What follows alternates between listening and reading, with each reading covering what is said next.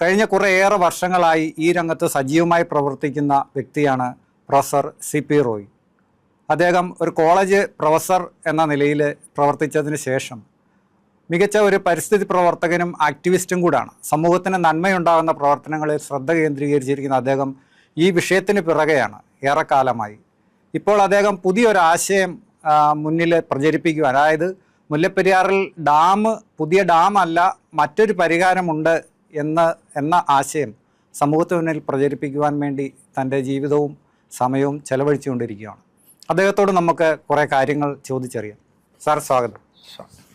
Sir എഴുതിയ ഒരു പുസ്തകം ഇപ്പം വലിയ ചർച്ചയായി മാറിക്കൊണ്ടിരിക്കുകയാണ്. മുല്ലപ്പെരിയാർ ഡാം 999 + 999. എന്താണ് ഇതിൻ്റെ ഈ തലക്കെട്ടിൻ്റെ തന്നെ പ്രത്യേകത എന്താണെന്ന് പറയാമോ? കേരളത്തിൽ പൊതുവെ മുല്ലപ്പെരിയാറിനെ കുറിച്ച് പറയുമ്പം ആളുകൾ വളരെ രോഷത്തോടെ പറയാറുള്ളത് 999 വർഷത്തെ കരാറ്, അങ്ങനെ ഒരു കരാർ ലോകത്തില്ല, പരമാവധി 99 വർഷത്തെ കരാറാണ്, ഇതിനിടയ്ക്ക് ഒരു 9 ബ്രിട്ടീഷുകാർ കൂട്ടിച്ചേർത്തതാണ് എന്നൊക്കെ പറഞ്ഞ് നമ്മൾ വല്ലാതെ പരിഭവിക്കുകയും രോഷം പ്രകടിപ്പിക്കുകയും ചെയ്യാറുണ്ട്.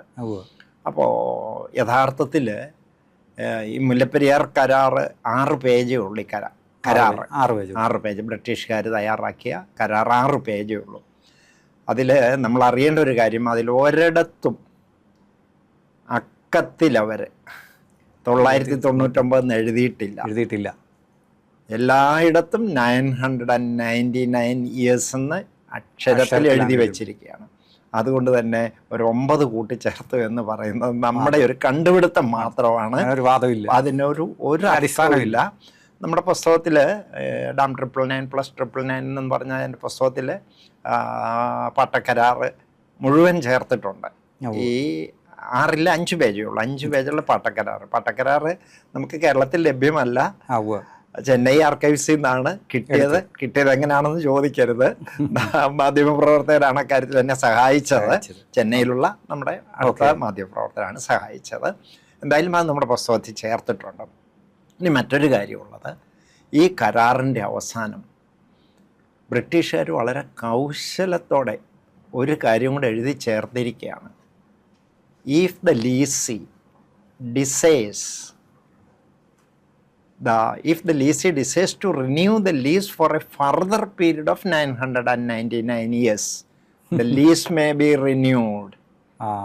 ആദ്യത്തെ 999 വർഷത്തെ കാലാവധി കഴിഞ്ഞ് അടുത്തൊരു 999 ഞങ്ങൾ പുതുക്കി തരണമെന്ന് ആവശ്യപ്പെട്ടാൽ കരാർ പുതുക്കി തരണമെന്നാണ് ബ്രിട്ടീഷുകാർ എഴുതി വെച്ചിട്ടുണ്ട്.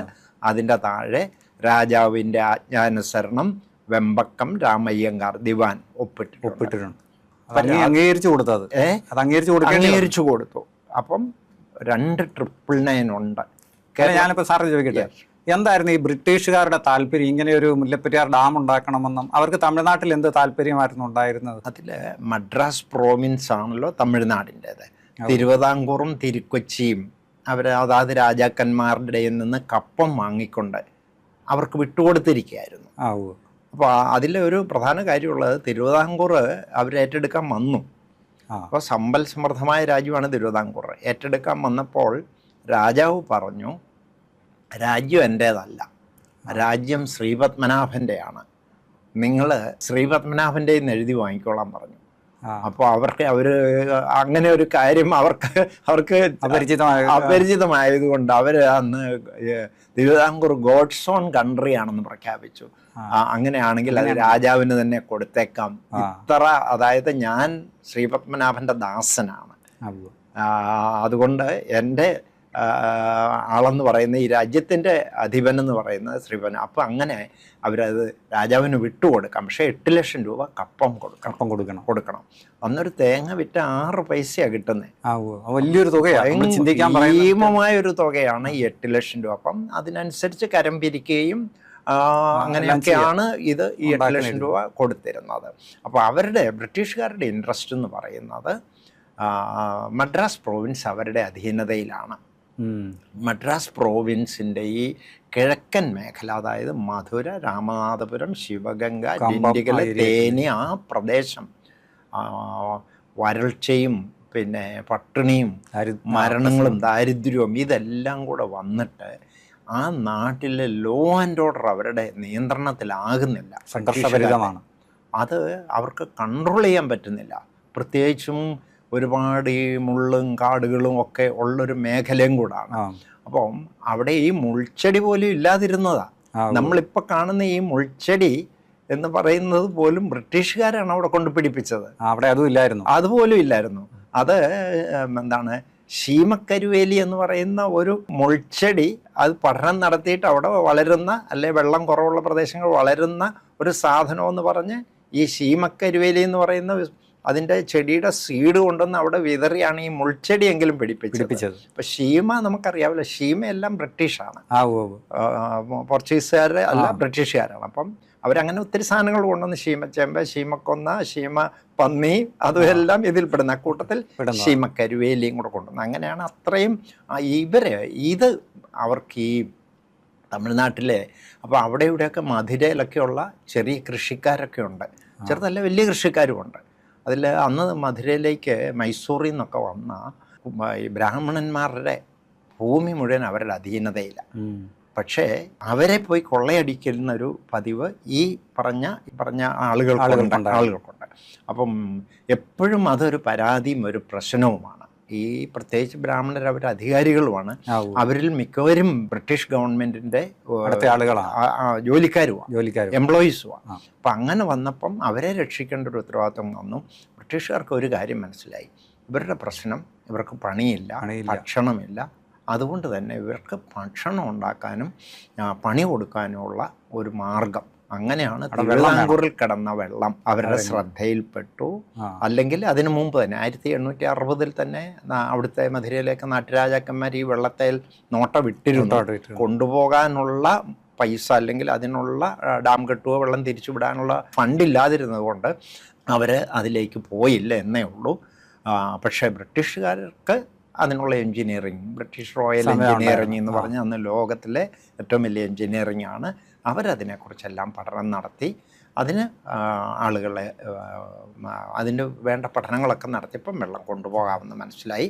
അങ്ങനെ ഈ മധുര രാജ്യമേ ഉള്ളൂ, മധുര രാജ്യമാണ് ഈ നമ്മളീ പറഞ്ഞ രാമനാഥപുരവും ശിവഗംഗയും തേനിയും കമ്പവും എല്ലാം ചേർന്ന്. അപ്പോൾ ആ മധുര രാജ്യത്തേക്ക് വെള്ളം എത്തിക്കുക, കൃഷി കൊണ്ടാക്കുക, തൊഴിലെടുക്കുക, ഉപജീവന മാർഗം കൊടുക്കുക എന്നുള്ള നിലയിൽ. മാത്രമല്ല അന്നൊക്കെ അവർ പശുക്കളെയൊക്കെ വളർത്തിയിട്ടേ നല്ല രീതിയിൽ പാൽ ഉൽപ്പാദിപ്പിക്കുകയൊക്കെ ചെയ്യുന്നുണ്ട്. പക്ഷേ അതും ഈ വരൾച്ച കാരണം നശിച്ചു പോകുന്നുണ്ട്, മൃഗങ്ങളും ചത്തു പോകുന്നുണ്ട്. അപ്പം അവർക്ക് പശു വളർത്തലും അതുപോലെ തന്നെ കൃഷിയും, പശു വളർത്തലുണ്ടെങ്കിൽ കൃഷിക്ക് വളമായി. അപ്പോൾ അതെല്ലാം മനസ്സിലാക്കിക്കൊണ്ട് തന്നെ അപ്പോൾ അവർ അവരുടെ രാജ്യത്തെ അല്ലെങ്കിൽ ബ്രിട്ടീഷ് പ്രോവിൻസിലെ അവരുടെ രാജ്യത്തെ ആളുകളെന്നാണല്ലോ അവർ കണക്കാക്കുന്നത്. അവരുടെ ക്ഷേമം മുൻനിർത്തിയാണ് ഇതിനവർ മുന്നിട്ടിറങ്ങി. 40 ലക്ഷം രൂപയാണ് അന്നത്തെ ബഡ്ജറ്റ്. ഇന്നും ഭയങ്കര ഹ്യൂജ് എമൗണ്ടാണ്. അങ്ങനെ അതിൽ തുടങ്ങി. പക്ഷെ അത് 60 ലക്ഷത്തിനൊക്കെ മേളിൽ പോയി. അപ്പം അങ്ങനെയാണ് ഇതിന് മുൻകൈയെടുത്തത്. അവരുടെ താല്പര്യം അത് മാത്രമായിരുന്നു. പക്ഷെ ഇതൊരു 100 വർഷത്തേക്കുള്ള ആയുസ് പറഞ്ഞ ഒരു ഡാം എന്നാണല്ലോ പറയുന്നത്. അതിലെ ഒരു കാര്യമുള്ളത്, ബ്രിട്ടീഷുകാര് 47 ആയപ്പോഴത്തേക്ക് അവരിവിടുന്ന് പോയല്ലോ. ബ്രിട്ടീഷുകാർ പോയി.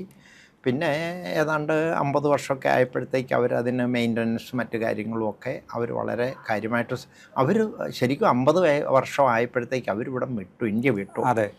95 ഒക്ടോബർ 18 വെള്ളം ഒഴുകി തുടങ്ങിയത്.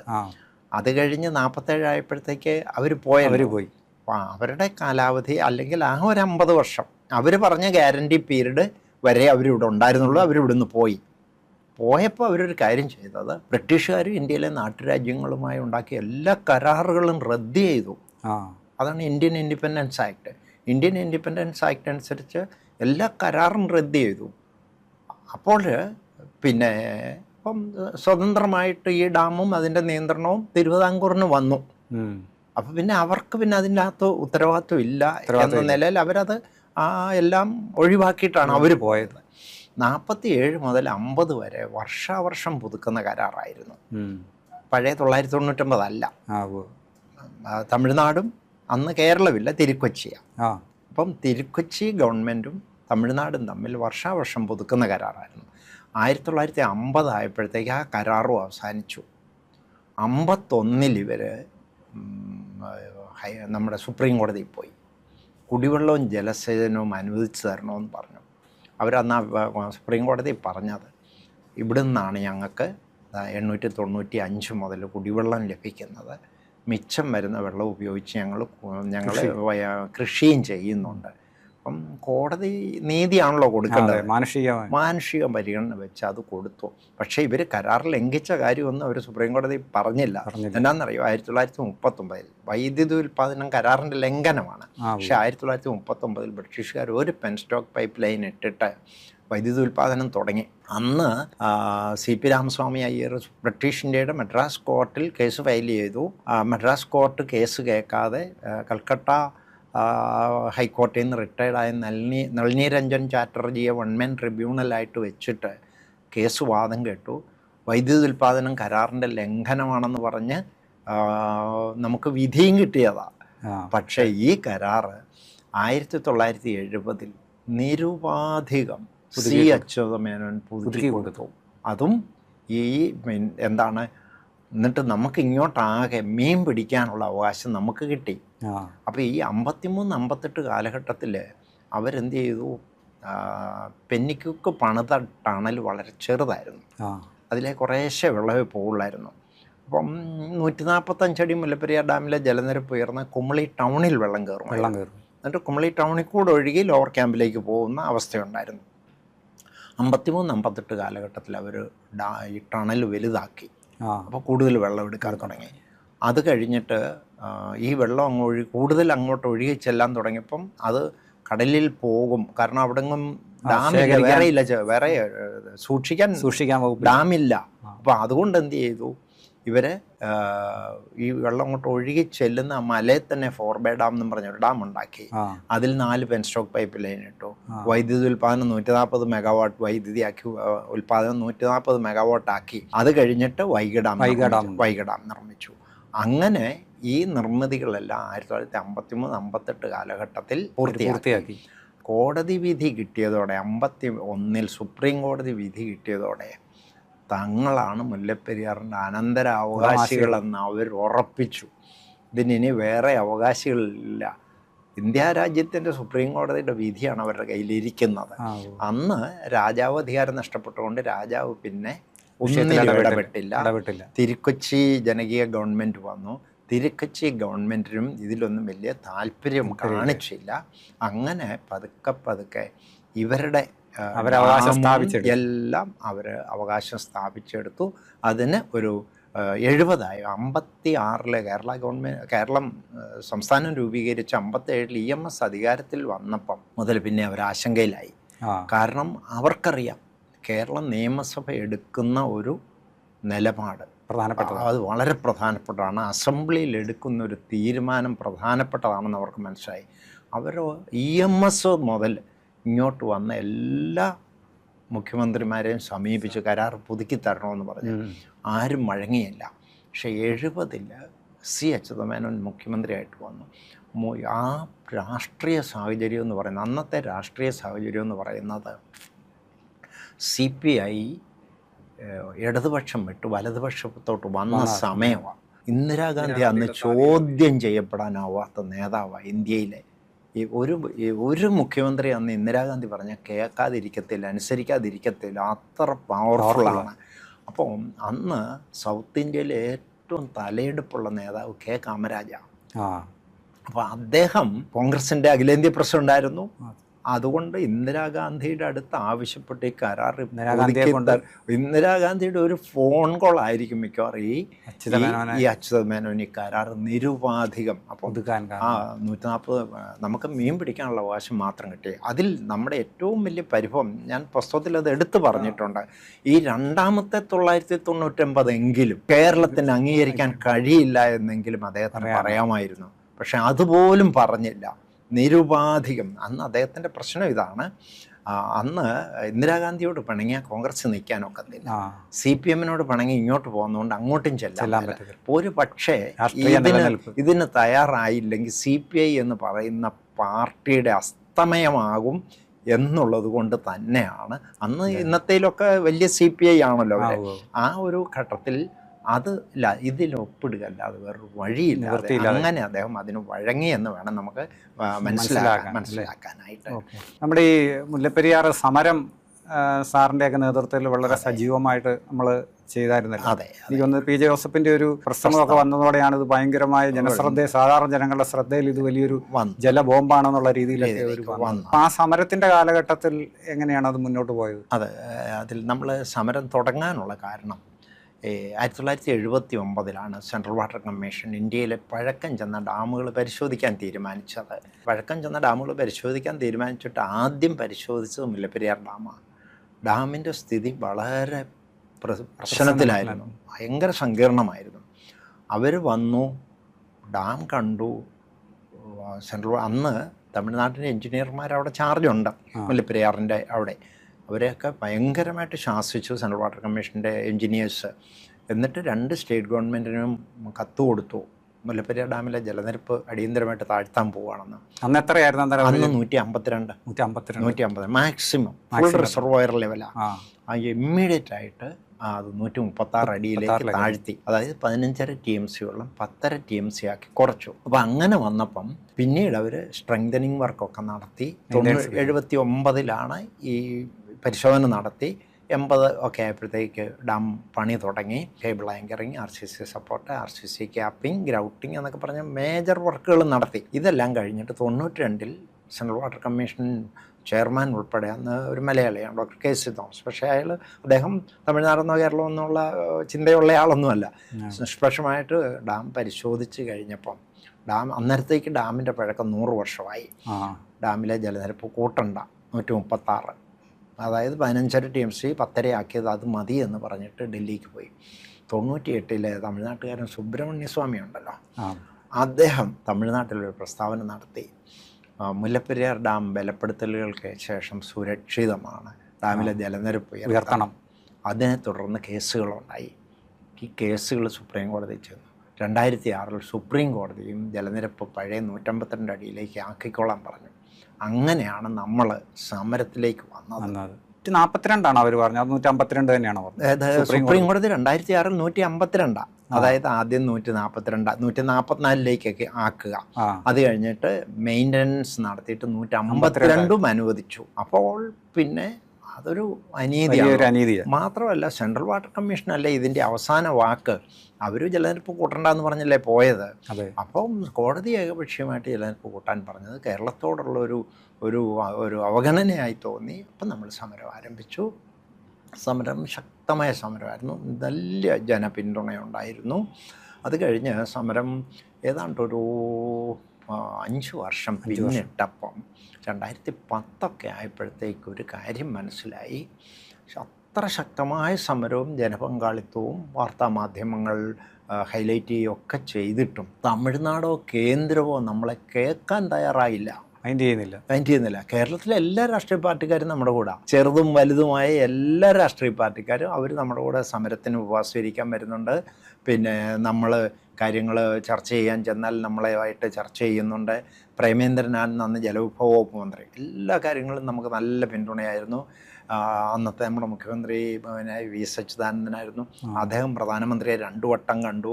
പക്ഷെ തമിഴ്നാടും കേന്ദ്രവും അനങ്ങിയില്ല. പിന്നെ നമ്മൾ ആലോചിക്കേണ്ടി വന്നു.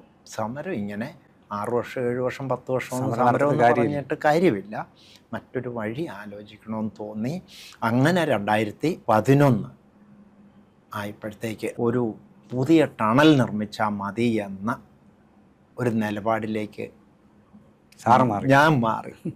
സാറിന് ആ ഒരു ആശയം ഇടുന്നത് നേരത്തെ തന്നെയുള്ള ഒരു ആശയമാണോ അതോ അതെ, നേരത്തെ ഉണ്ട് ഈ ആശയം. എന്നാന്നറിയാം, 2007 ഞങ്ങളുടെ നാട്ടിലെ 2 മാധ്യമപ്രവർത്തകർ MC ബോബനും PS സുമേഷും, അവർ 2 പേരും കൂടെ ഒരു ഡോക്യുമെൻ്ററി എടുത്തിരുന്നു, മുല്ലപ്പെരിയാർ യാഥാർത്ഥ്യങ്ങളുടെ നേർക്കാഴ്ച.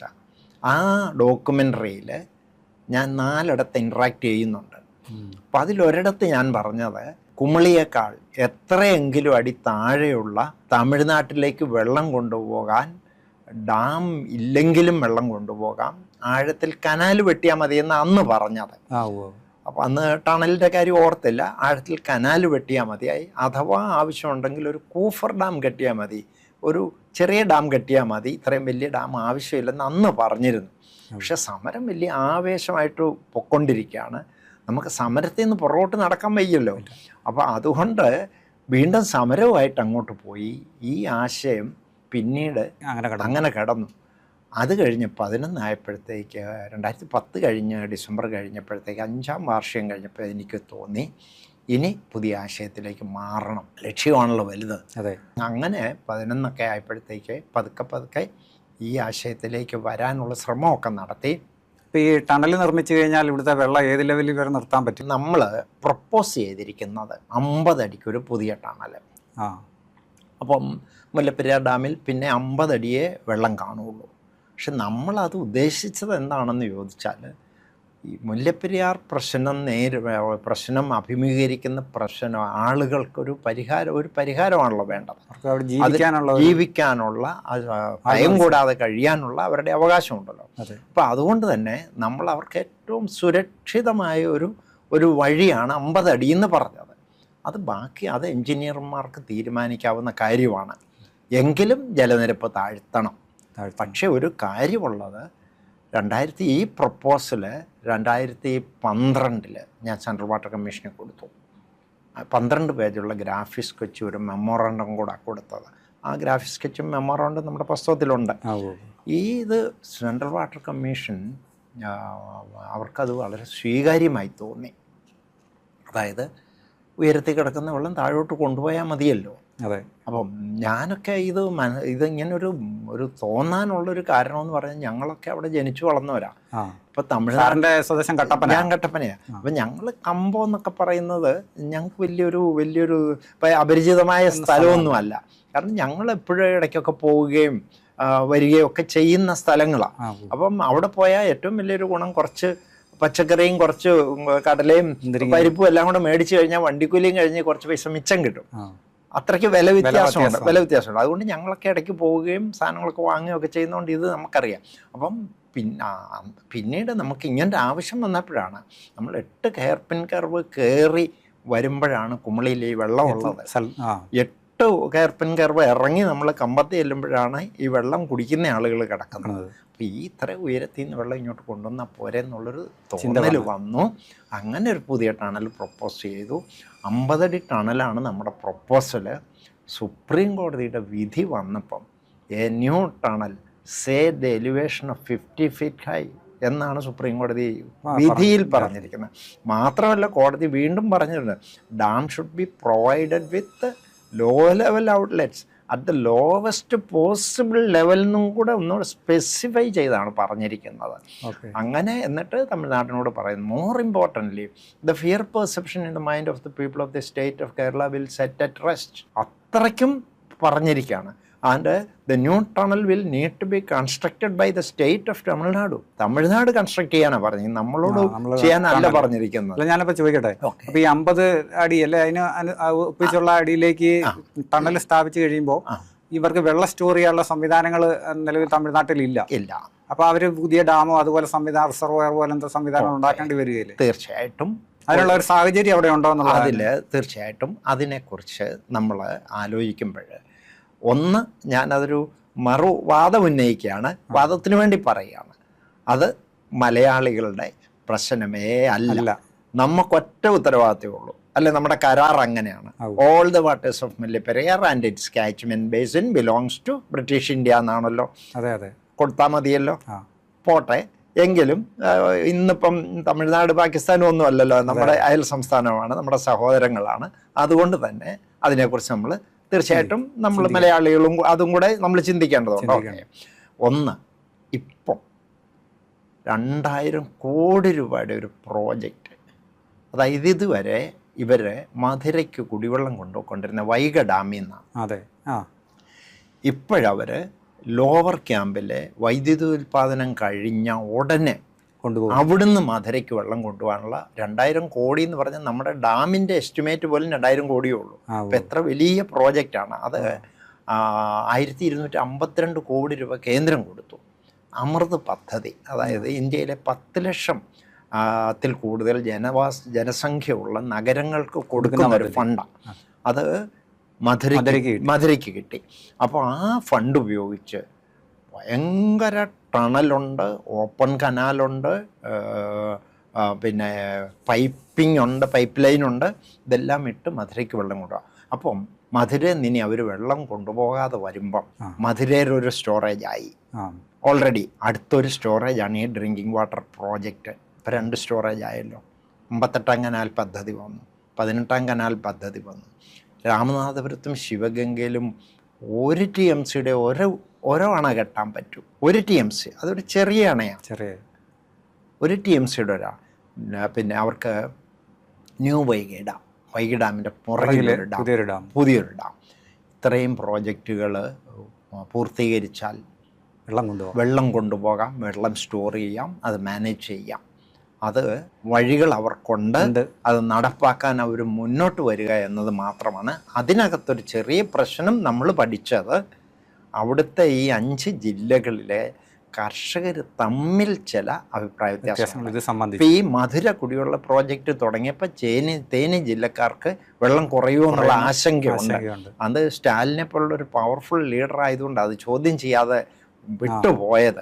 അതൊക്കെ ചിലപ്പം വീണ്ടും പൊങ്ങി വരാൻ സാധ്യതയുണ്ട് എന്നുള്ളത് കൊണ്ട് ഗവൺമെന്റ് അതെങ്ങനെ മാനേജ് ചെയ്യുമോ അതുപോലെ ഇരിക്കും അതിന്റെ കാര്യം. സാറൊക്കെ പറയുന്ന ഈ ടണൽ പദ്ധതി, പക്ഷേ ഇപ്പൊ കഴിഞ്ഞ ഒരാഴ്ച മുമ്പ് നമ്മുടെ ജലവിഭവ മന്ത്രിയുടെ പ്രസ്താവന വന്നപ്പോഴും പുതിയ ഡാം നിർമ്മിക്കും എന്നാണ് മന്ത്രി പറഞ്ഞത്. അപ്പം സർക്കാരിന് ഇതുവരെ ആ ഒരു ബോധ്യത്തിലേക്ക് വന്നിട്ടില്ല എന്നല്ലേ അത് തെളിയിക്കുന്നത്? തീർച്ചയായിട്ടും. അപ്പം അതിനകത്ത് അതിൻ്റെ തലേ ദിവസമാണല്ലോ വിജയ് പറഞ്ഞത്, അല്ലെങ്കിൽ തമിഴ്നാട് അസംബ്ലി പറഞ്ഞത് ഡാം കെട്ടാൻ ഞങ്ങൾ സമ്മതിക്കത്തില്ലെന്ന് ആണല്ലോ. പിറ്റേ ദിവസം ഉടനെ നമ്മൾ പ്രസ്താവന ഇറക്കുകയാണ് ഡാം കെട്ടുമെന്ന്. അപ്പോൾ അതിനകത്തൊരു കാര്യമുള്ളത്, ഈ പുതിയ ഡാം കെട്ടുമെന്ന് പറഞ്ഞെങ്കിലും നമ്മളെ കൊണ്ട് കെട്ടാൻ പറ്റത്തില്ല എന്നുള്ളൊരു കാര്യവും കൂടെയുണ്ട്.